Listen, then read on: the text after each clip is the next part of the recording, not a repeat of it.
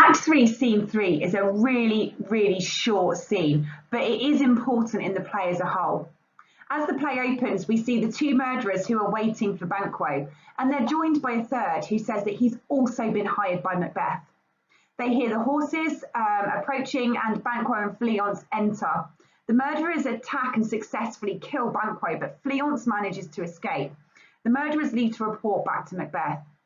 We know this is going to be really alarming for Macbeth because he is so concerned about that prophecy. The witches said that Banquo's sons will be kings. And therefore, what Macbeth decides to do from here on in is going to depend on this idea that he does not feel safe. To be thus is nothing but to be safely thus. This one slide shows the scene in its entirety. It's a really short scene. As I said, we see the first murderer and the second murderer joined by the third person who says that Macbeth has directed him to come. And I think in a way this does show Macbeth's paranoia. He can't trust the first two. He's worried that they won't go through with it. And so he sends the third to make sure that they're going to do what it is he's directed them to do. And I don't think it's any coincidence on Shakespeare's part that there's three of them and there's three witches and all of this significance of the numbers that we see. And therefore we can kind of look at that and say that there perhaps is an element of this that ties Macbeth back to those prophecies. Everything seems to come in threes.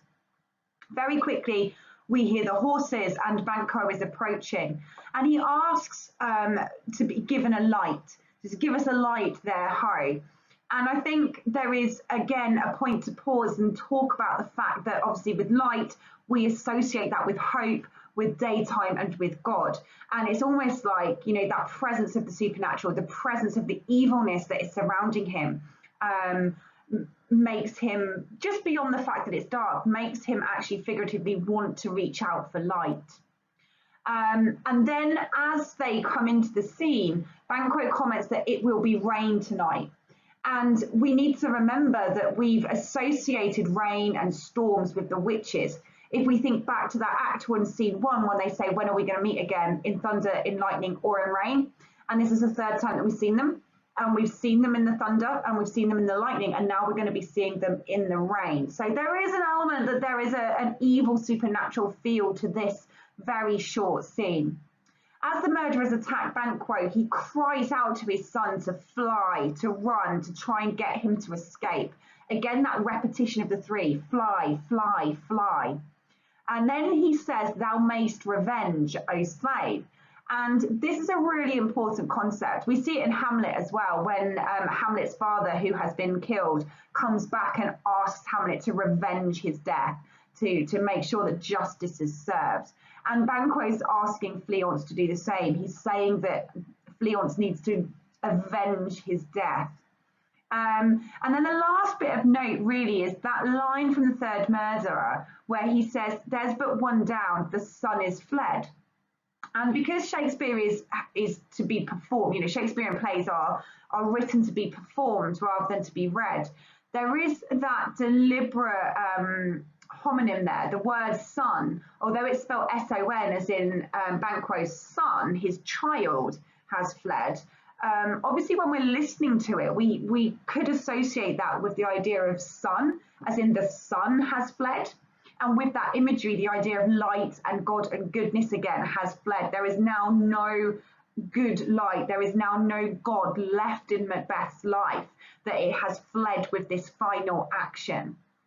And although they've lost Fleance, the murderers think about what it is they're going to do, and they decide to go back, and tell Macbeth what has happened and wait for further instructions. Despite this being a really short scene, it is still worth making sure that we have nailed that down within our knowledge of the play. So drawing that picture again, featuring the assassination and the moment the murderers set upon Banquo, including those key quotations about him directing his son to fly away.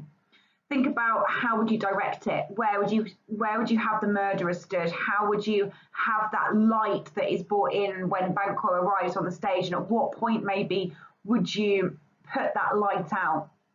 Thinking about writing it, again, practicing those creative writing skills, turn this scene into a short story, really trying to capture that sinister and ominous tone, using your pathetic fallacy, using those Gothic ideas that we've seen so many times before. Or analyse it.